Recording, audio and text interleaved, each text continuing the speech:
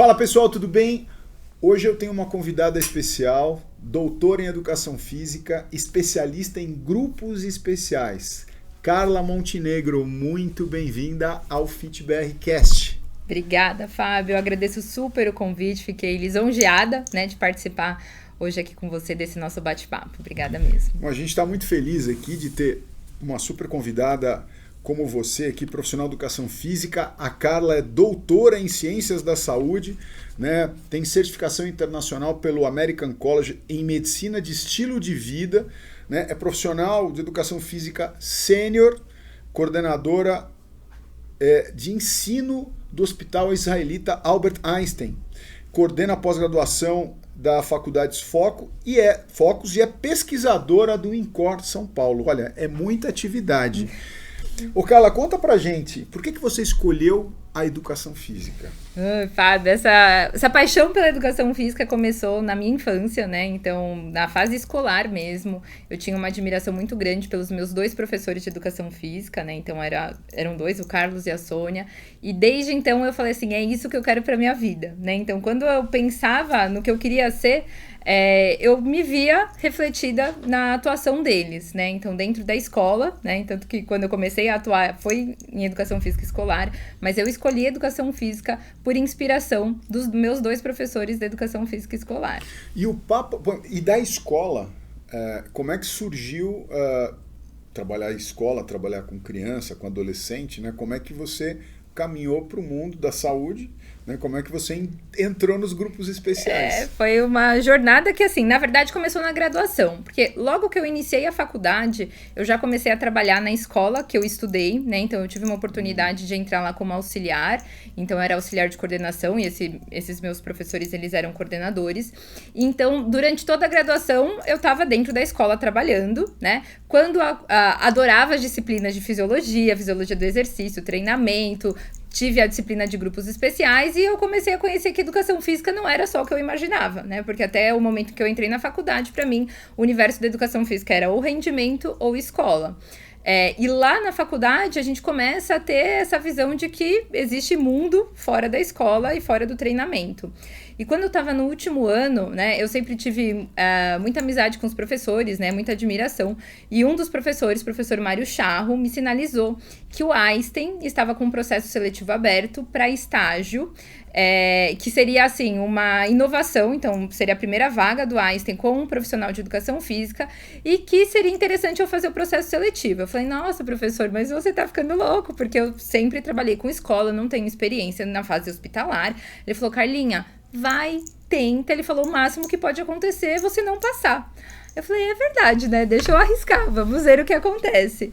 Então, no último ano da faculdade, eu fui fazer o processo seletivo no hospital, passei, era um projeto piloto, na verdade, que o Einstein estava fazendo para ver se conseguia incluir o profissional de Educação Física. Na época, a gente tinha um gestor que era super visionário, que acreditava que a atividade física era a base para a prevenção de doenças, e ele queria trazer esse universo para dentro do Einstein. Então, ele falou para mim assim, olha, Carla, se der certo o projeto com você, a gente vai implementar a Educação Física aqui dentro do hospital. Então, você tem essa responsabilidade. Eu falei, meu Deus do céu, preciso fazer o negócio dar certo.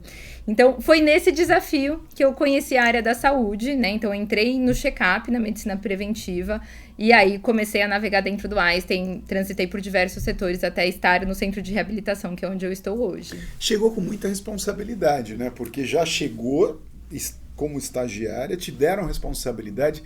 E qual é o sentimento? Porque às vezes eu tenho a percepção, Carla, e a minha percepção aconteceu isso a minha carreira toda, de que você entra num ambiente ou você projeta querer entrar num lugar bacana e você fala assim, nossa, até eu chegar lá vai demorar muito tempo, mas de repente isso acontece rápido. Eu acho que pessoas com perfil de disciplina, de responsabilidade, isso tudo roda muito mais rápido. Aconteceu com você? Com certeza. E como é que você lidou com esses desafios? Porque no começo da carreira a gente tem menos experiência, menos segurança para realizar as coisas. Como é que foi isso para você? Eu lidei assim, abracei a causa, Eu acho que a gente esquece um pouquinho do peso, da responsabilidade e faz o negócio dar certo, Então eu queria que a coisa acontecesse, eu queria levar a Educação Física lá pra dentro, era uma super oportunidade, então eu não me via no direito de perder essa oportunidade, Então eu falei assim, eu preciso fazer o negócio dar certo. E corri atrás pra isso. isso, né, Fábio? Então, assim, não adianta achar que tudo vem do céu, né? Então, tive que estudar bastante, tive que ter muito bom relacionamento com a equipe multi de lá, com os médicos, porque era também tudo novo pra equipe, né? Então, você imagina um hospital totalmente médico-cêntrico, de repente olha no crachá Educação Física e fala assim, o que uma menina, né, porque eu tinha 20 anos na época, tá fazendo aqui dentro e da Educação Física, né? Então, tive que quebrar uma série de objeções lá dentro, fazer uma boa familiarização mesmo, né? Então, essa questão de empatia, essa questão de conversar, de saber se pôr no lugar, né? De ter humildade de aprender com os outros, porque eu não tinha uma experiência na área hospitalar, eu não tinha tanta experiência, assim, em atuação com grupos especiais. Então, eu estava aberta para aprender. Então, eu tinha que estar aberta para ouvir o feedback, né? Para crescer também. E fui buscar conhecimento fora. De um lado, humildade. De um lado, tá realmente com o coração aberto para escutar e para aprender. E do outro lado, teve também um pouco de preconceito, profissional de educação física, num âmbito absolutamente diferente, ou não? Pra ser sincera, não teve, tá, Fábio? O que aconteceu era mais, Muito assim, bom. Curiosidade. Eles não entendiam o que poderia ser feito, né? Então, era mais essa questão de não sei o que pode acontecer, né? Então, eles também tinham esse interesse em aprender. Foi uma época, né? Foi 2009, em que a maior parte dos congressos médicos estavam introduzindo o tema atividade física no conceito deles. Então, eles queriam também aprender, né? O que a gente pode orientar o paciente sobre atividade física, o que a gente pode falar, como que pode acontecer. Então, eles também estavam abertos. Então, era mais curiosidade, né? E não saber o que pode acontecer do que preconceito. Eu acho que eu não tive essa barreira do preconceito. E também, aí depende também, acho que muito da postura, né? Eu acho que isso, uma postura de seriedade, de responsabilidade, mostrando competência, mostrando humildade e, ao mesmo tempo, é o que você falou, nessa fase, né, 2005, 2009, eu acho que a atividade física já começou a ser cada vez mais observada, percebida como uma atitude importante, né, na prevenção, né, que é uma coisa que eu acho que esse é o grande desafio, na prevenção e nos ajustes posteriores a qualquer problema, né? Exato, e o perfil da medicina preventiva do Einstein era muito isso, porque a gente tinha contratos com grandes empresas que mandavam os seus empresários anualmente para fazer um check-up, e o que acabava acontecendo? Eles voltavam pior ano a ano. Então eles saíam de lá praticamente com uma foto da sua saúde, né? Só que eles não mudavam os hábitos. No ano seguinte eles voltavam pior. E as empresas estavam colhendo esses frutos por questão de afastamento, queda de produtividade, impactando em saúde mental. Então, o Einstein viu nisso também uma oportunidade de falar, a gente precisa mandar, né, ofertar algo diferencial dos check-ups que são oferecidos por outras empresas, por outros hospitais, que tenha aonde que a gente interfere na saúde no modo de prevenção. É a atividade física. Então, era essa a visão do gestor da época, quando ele trouxe a educação física lá para dentro, de ser uma forma da gente intervir na medicina preventiva, que eram pessoas que ainda não tinham diagnóstico, mas a gente já rastreava que se continuasse desse jeito ia ter diabetes, ia ter hipertensão, ia ter cardiopatia, câncer, né? Então, conseguia fazer esse screening, né, da saúde, e na atividade física era a forma da gente trazer resultado para que no check-up posterior, né, um ano depois, ele voltasse melhor do que ele estava no ano anterior. Se você tira um retrato todo ano de uma pessoa que não muda seus comportamentos no sentido de não melhora os seus hábitos, o que vai acontecer? Essa pessoa vai o tempo todo passar por um processo de envelhecimento. Exato. Né? Só o processo de envelhecimento natural já tende a piorar um pouco a situação de todos nós, né? Já tende a levar isso, obviamente, ao envelhecimento. Se você não cria uma mudança de comportamento para promover, digamos assim, um retardamento disso ou uma melhora das condições biopsico-socioafetivas, é óbvio que eles vão, né? E aí a interferência disso foi muito inteligente, né? Então você, ou seja, além de medir, além de entender qual é a sua condição atual, você precisa fazer um projeto de mudança de comportamento. Acho que aí entrou o teu projeto. Exato, foi exatamente isso. A gente implementou a consulta do profissional de educação física nesse sentido. Então, a gente rastreava, né? Então, ele passava em consulta com toda a equipe médica, equipe multi, tinha nutri, físio, tinha psicólogo, e aí tinha educação física. E aí, a gente, com o rastreio, né? Então, eu vi aqui você no screening deu lá alto risco para desenvolvimento de diabetes, alto risco cardiovascular. Você passava em consulta comigo e a gente fazia um plano ano, né? Traçava um plano em que eu ia te acompanhar durante um ano, à distância. Então, a gente já começava lá à distância, só que na época era via e-mail, né? E-mail. Que legal. A gente traçava metas e eu fazia um acompanhamento com você, né, durante todo esse ano, através de e-mails, para mudar o seu estilo de vida. Então, o foco não era prescrever treino, era a intervenção de comportamento mesmo. Então, que você aumentasse a movimentação diária, que você procurasse um personal, que você procurasse uma academia, né? Então, era muito mais de intervenção motivacional do que propriamente prescrição de treinamento. Nossa, muito interessante. Agora, Carla, uma pergunta para mim, assim, eu acho essa pergunta super importante, assim. A pergunta é, qual é ou quais são os grupos especiais mais desafiadores para você? Mais desafiadores a gente tem em 2 sentidos, né? A gente tem a questão da complexidade da doença mesmo, né? Então, acho que nesse perfil as doenças neurológicas são os maiores desafios, né? Então, pelo menos para mim foi onde eu tive que correr mais atrás para estudar, para entender, né? Porque a gente não vai vencer a doença, é uma doença degenerativa e que a gente acaba tendo um comprometimento funcional muito grande.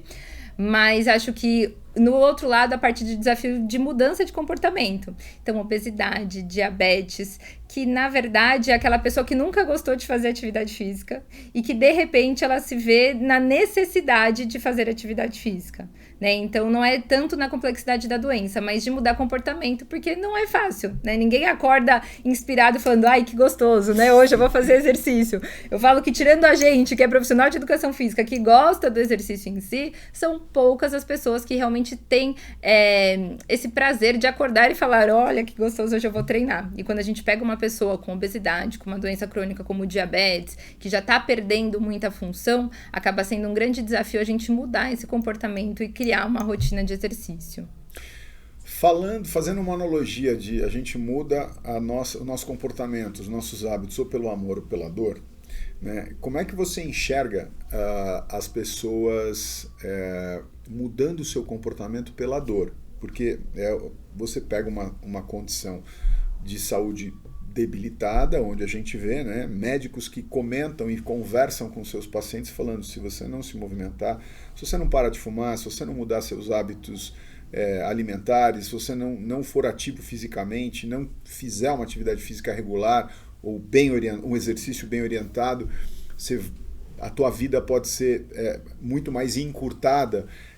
Essa dor, você vê mudança de comportamento nas pessoas, você vê as pessoas digamos, nessa dor mudando as suas vidas? Com certeza, Fábio. Eu acho que a dor, ela acaba forçando essa mudança, né? Eu tive uma experiência no ambulatório de transplante do Einstein, né? Então, foi uma super experiência com doenças raras, né? Então, o pessoal sofrendo mesmo, né? Então, a gente começava a atender pessoas que estavam na fila do transplante e que precisavam se preparar para a cirurgia. Então, elas tinham que treinar para ter condição física de suportar uma cirurgia de transplante de pulmão, por exemplo. Então, nessa condição, você vê que a dor, ela obriga a pessoa a mudar. E aí, o mais gostoso é que você vê que aquela pessoa que nunca fez antes de entrar na fila de transplante, né? Então, nunca fez exercício. E depois que ela transplanta, ela entende que aquilo precisa ser feito para a vida inteira. Então, ela adere, né, ao exercício físico de forma muito mais natural, né? Então, ela entende que toda a dor que ela passou, que fez com que ela começasse o exercício, foi para que ela mudasse um comportamento que ela vai ter que levar para a vida inteira. Então... E você observa essa... Porque assim, eu vejo assim, né? Eu estudei a aderência à prática do exercício. Por que as pessoas iniciam a prática, por que as pessoas desistem da prática, por que as pessoas permanecem praticando. Então, a gente vê que as pessoas iniciam a prática, muitas vezes pela dor, e elas conseguem transferir isso no meio do caminho, essa dor, e transformar o dia a dia da prática em amor. Você também enxerga isso lá? Com certeza, com certeza. Eu acho que é muita questão também do medo, né? Porque elas têm medo de voltar àquela condição de dor que levou ela a começar o exercício. Então, eu não quero passar por aquilo de novo. Então, é melhor eu continuar fazendo. Lógico que ninguém tem a vida plena, né? Então, que é fácil manter o nível de motivação constante, né? Então, tem oscilações. Mas toda vez que ela retoma aquela dor que ela passou no início, que foi o fator de motivar a ação, né, inicial, ela começa a, vamos dizer assim, a relembrar, a não perder o foco de manter o exercício físico. Indo para um ambiente mais aberto, Carla, para um ambiente bem mais aberto, além do ambiente dos grupos especiais, a gente acha que tem um grande desafio. Acho que todos nós, profissionais de educação física, pessoas que trabalham com o exercício físico, com a atividade física, a promoção da atividade física, o que a gente precisa fazer? Como é que você enxerga? Você tem uma visão acredito que da atividade física com a saúde pública muito boa, muito integrada, né? Você está vivendo isso. O que é que o Brasil, ou o que é que o mundo, né, pode pensar assim, precisa fazer para aumentar a participação de pessoas em atividade física? Qual é o nosso maior desafio? Como é que você enxerga isso? Nossa, Fábio, essa pergunta é difícil, porque assim, a gente tem diversas barreiras que as pessoas colocam para a prática, né? Eu acho que assim, começar por políticas que incentivem a prática de atividade física e facilitem. Porque às vezes a gente fala assim, a pessoa não faz porque ela é preguiçosa, né? Ela pode caminhar na rua, mas e qual é o bairro que ela mora? A calçada tá adequada? Ela não tem um risco de queda? Ela não tem medo de ser assaltada? Né? Ela não mora numa rua íngreme? Né? Ela não tem condicionamento para subir aquela rua a pé? Então eu acho que quando a gente pensa nisso, é muito mais do que taxar que é preguiça, por isso que as pessoas não fazem. Porque hoje, se a gente pegar, grande parte da população já sabe que é importante fazer atividade física. Aí as pessoas falam, mas por que elas não fazem? Né? Caminhar, você não precisa, né, ter um super preparo. Mas tem questões ambientais, sociais, políticas por trás desse processo. Então, eu acho que envolve políticas públicas que facilitem e motivem, né, a prática de atividade física regular. Eu acho que a questão de até levar para o próprio SUS, né? Então, a gente tem o profissional de educação física inserido no SUS, mas de uma forma muito específica em alguns pontos, né? Então, conseguir ampliar e dar acesso ao profissional, porque, pelo menos o que eu vejo na nossa prática, quando a gente faz pesquisas, né, e até no setor público, que o Einstein tem essas parcerias público-privadas, qual que é a principal barreira para a prática de atividade física? Além da questão do tempo, que isso é para todo mundo, é o medo. Então, muitas pessoas têm medo de fazer atividade física tenho medo de me lesionar, aí eu vou ficar afastado do trabalho, aí eu vou perder dinheiro. Então, se ele tiver acesso ao profissional, a gente também começa a tirar essa barreira do medo, né? Então, vai ter uma orientação, ele vai saber o que pode, o que não pode fazer, e a gente começa a tirar essa barreira do medo. Então, acho que começa muito mais em questão de políticas públicas e ambientais para facilitar a prática. Eu vou colocar uma coisa aqui, perfeito, eu estou 100% de acordo, mas para mim tem uma coisa que eu acho que bom, e você trabalha com isso, eu trabalhei com isso também, que é a escola. Eu acho que enquanto a escola não fizer um papel muito melhor do que ela faz hoje, e quando a gente fala, não é simplesmente ter horas, né? É preparar o profissional, é dar ferramenta profissional, e ferramenta é conhecimento, não é só equipamento e acessório, né? É conhecimento para ele entender, né?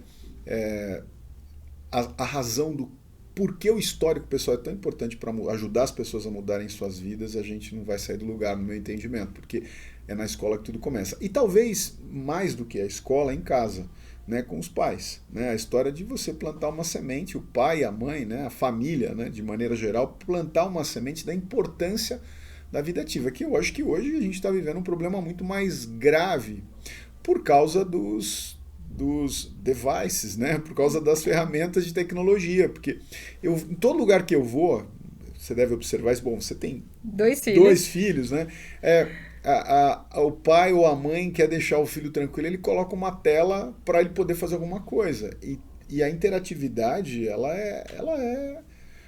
é resolvida nessa situação, e com isso você tem um estímulo. Então, poxa, como é que a gente faz para educar a criança na escola? Aí a gente tem precisa ter caminhos muito mais criativos, e ao mesmo tempo educar os pais a educarem seus filhos para uma vida ativa futura, porque o histórico pessoal ele é fundamental. Total. A experiência prévia, né? Se a gente não tem boas experiências na infância, a gente não vai querer revivê-las, né? Então, a gente sabe que a atividade física ela é muito mais praticada por quem teve experiência positiva na infância.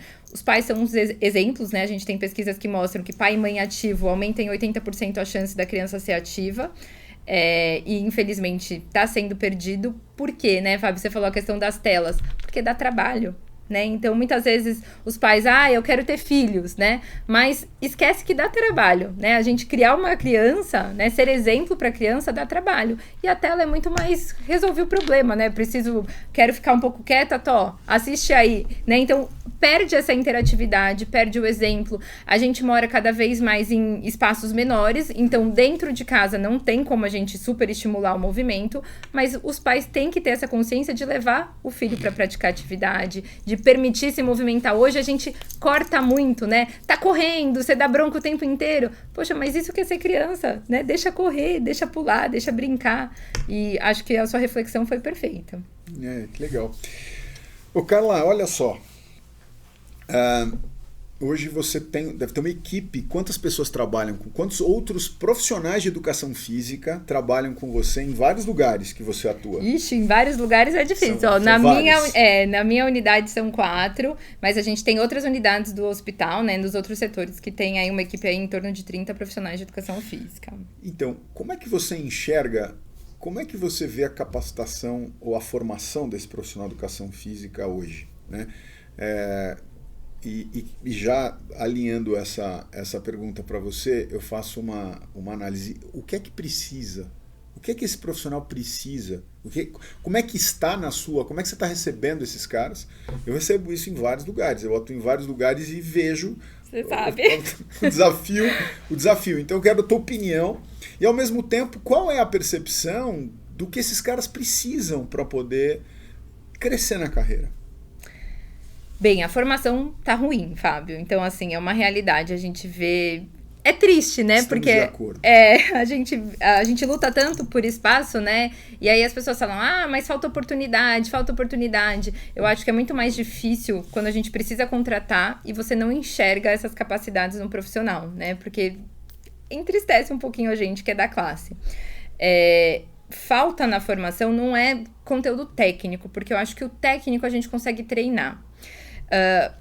Formar é o quê? Você pegar, colocar na forma, ele tá formado, né? Você concorda? Então, assim, a parte técnica é totalmente treinável. Eu posso falar pra você, olha, você precisa estudar isso, a gente vai discutir, eu vou te dar todo o preparo, amparo, para que você saiba a diretriz, você saiba aferir a pressão, que você saiba acompanhar o treinamento. Isso a gente consegue treinar, mesmo que a pessoa já devesse vir com essa formação, né? A gente consegue treinar. O problema é que as capacidades que a gente busca, né, e quando a gente pensa não só na área da saúde, acredito que na área do fitness também precisa, é muito mais capacidades pessoais, né, então de empatia, de saber falar, saber se relacionar, trabalhar em equipe, né, então isso falta muito no profissional, porque a base do tratamento dentro de um hospital é trabalhar em equipe. Se a pessoa não sabe trabalhar em equipe, eu já perdi a vaga, vamos dizer assim. Preciso ter empatia, porque você está tratando de um momento delicado da pessoa, né? Uma condição, ninguém fica doente porque quer. Então, você precisa ter empatia para saber trazer esse paciente para você, para conseguir fazer com que ele tenha uma boa aderência ao exercício físico. Então, são capacidades que acabam vindo lá da formação, acho que pessoal e não tanto profissional, e que se perde no meio profissional, né? E junto com a capacidade técnica. Então, a gente está vindo com um profissional totalmente defasado. Eu vejo assim, né? Eu vejo muito o que você falou, estou 100% de acordo. A gente divide basicamente hoje o profissional em 3 tipos de competência. A competência técnica, que é o que você falou, que a gente treina. Essa competência técnica é a mais fácil de se desenvolver, teoricamente. Porque você tá com um bom professor, tá numa boa formação, numa boa capacitação, correr atrás, porque tem inúmeras possibilidades de capacitação, de formação técnica, né? Então a competência técnica ela é muito treinável, e tem a competência gerencial, que ela é importante para todo mundo. Gerencial é coisa de gestor. Não. Gerencial no sentido de você se autogerenciar, de você se autoliderar, de você ter atitudes de comando, de protagonismo, né, de proatividade. E tem as competências comportamentais, que é muito do que você falou, né? Essas competências, as técnicas, você desenvolve com mais facilidade, né? Precisa ter esforço, óbvio. As gerenciais também. Agora, as competências comportamentais, né, é o que a gente fala assim, né, no mundo da gestão de pessoas, a gente diz o seguinte: a gente contrata muitas pessoas pela competência técnica e demite pela competência comportamental. Porque, às vezes, a maioria das vezes que você tem que demitir um colaborador, você demite muito por causa dessa competência, não da técnica, é do comportamento, porque é o que você falou, faltou proatividade, faltou saber trabalhar em equipe, faltou disciplina, faltou responsabilidade, faltou um pouco daquele inconformismo do por que não está dando certo, vamos fazer melhor, né? Vou trabalhar em equipe, vou ser colaborativo com as pessoas, vou atender bem, né? Vou estar sempre empático, né? Eu acho que esse talvez seja um dos grandes desafios, né? E eu acho que a educação física, de maneira geral, está passando por um grande, digamos, uma grande mudança, né? E eu não sei, né? Por isso que eu te fiz essa pergunta. Não consigo enxergar uma evolução nesse processo. Não consigo enxergar, visto que a gente está sempre fazendo processo seletivo em vários lugares, lidando com as pessoas, escutando a dificuldade que gestores, que líderes, que pessoas que trabalham na nossa área têm dificuldade. E o maior problema está aí. Nossa, Fábio, você sabe que assim, né? A gente tem uma dificuldade na contratação em manter o profissional lá dentro. Porque é louco, né? Muita gente fala assim, nossa, mas todo mundo quer trabalhar no Einstein, como vocês têm dificuldade em contratação? Não, a gente tem dificuldade em contratação e também depois em manter. Porque as pessoas acham que as coisas vêm muito rápido, né? Cheguei lá no setor, o negócio acontece rápido, eu vou crescer rápido profissionalmente. Então, é uma dificuldade que entristece, porque a gente precisa, né, de bons profissionais para trabalhar, para atender, para crescer, para levar a educação física para a área da saúde, e ao mesmo tempo a gente não enxerga isso no mercado. Então, é bem complexo, é triste, né? E eu 100% de acordo, acho que a visão de carreira que eu tive, que eu acho que você tem também, pelo que eu estou discutindo aqui, eu vejo você com uma carreira consistente e com um pensamento de carreira consistente, porque o que você está me trazendo, que é muito legal, que é o seguinte, uma carreira, para você falar que você tem uma carreira profissional, demora quanto tempo? Ou seja, depois que você começa, você já tem uma carreira com 1 ano? Não tem como, né? Com 5 anos. Então, qual é a bagagem que você traz para poder construir? E hoje as pessoas acham, o que a gente vê hoje é muito pelo contrário. O cara está no primeiro ano de faculdade, até o mundo online tem permitido de forma ilegal até, o cara é um personal. É verdade. Né? E às vezes antes disso. Então, assim, como é que a gente lida com isso? Porque o grande desafio é o cara entender que carreira é uma coisa de médio e longo prazo, não é de curto prazo. Né? E eu acho que talvez as pessoas falam muito dessa geração, mas eu acho que é muito do comportamento atual, né? De todos. Né? E eu sempre digo o seguinte, né? As pessoas falam, porque essa geração jovem, não, essa geração jovem é fruto da nossa educação. É verdade. Da minha geração que é mais velha, que é mais experiente, que é mais madura, que não soube orientar direito essas pessoas. Né? O mundo está mais ágil, mais rápido, mas o quanto a gente realmente deixou de consistência para essas pessoas entenderem que uma carreira se constrói com o tempo, que não é de uma hora para outra. E essa questão do imediatismo, né, dos profissionais que acaba estragando, porque é isso, né, eles querem mal começar, né, então recém-formados começar a trabalhar, tem um reconhecimento bom, né, se você comparar com o mercado, falo isso em nome do hospital, mas eles já querem se projetar lá na frente, então em 1 ano eles já querem estar em um cargo muito mais alto, não é assim o processo, né, então tem uma questão de amadurecimento pessoal e profissional, né, se eu lá com 20 anos quisesse ser a Carla hoje, 14 anos depois, não tem como, eu não tinha prática, não tinha experiência, não tinha amadurecimento, né, então tem algumas capacidades que eu desenvolvi ao longo do tempo, aprendendo com outros profissionais mais experientes. Né? Então, a gente tem que ter essa humildade de sempre estar aprendendo, mas de não querer colocar a carroça na frente dos bois, né, Fábio? Infelizmente, os profissionais acham que as coisas acontecem da noite para o dia. E não vai acontecer. Né? E não vai acontecer.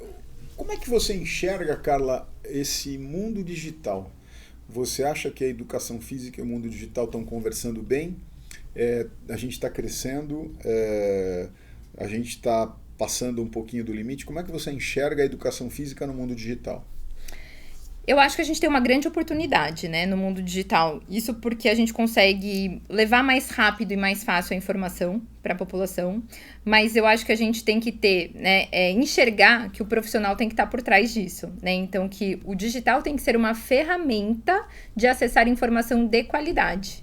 né? Porque infelizmente a gente vê coisas não tão boas, né? E o digital ele chega para todo mundo e não tem um filtro, né? Então tem informações fidedignas e outras nem tanto, né? Então isso acaba prejudicando um pouco.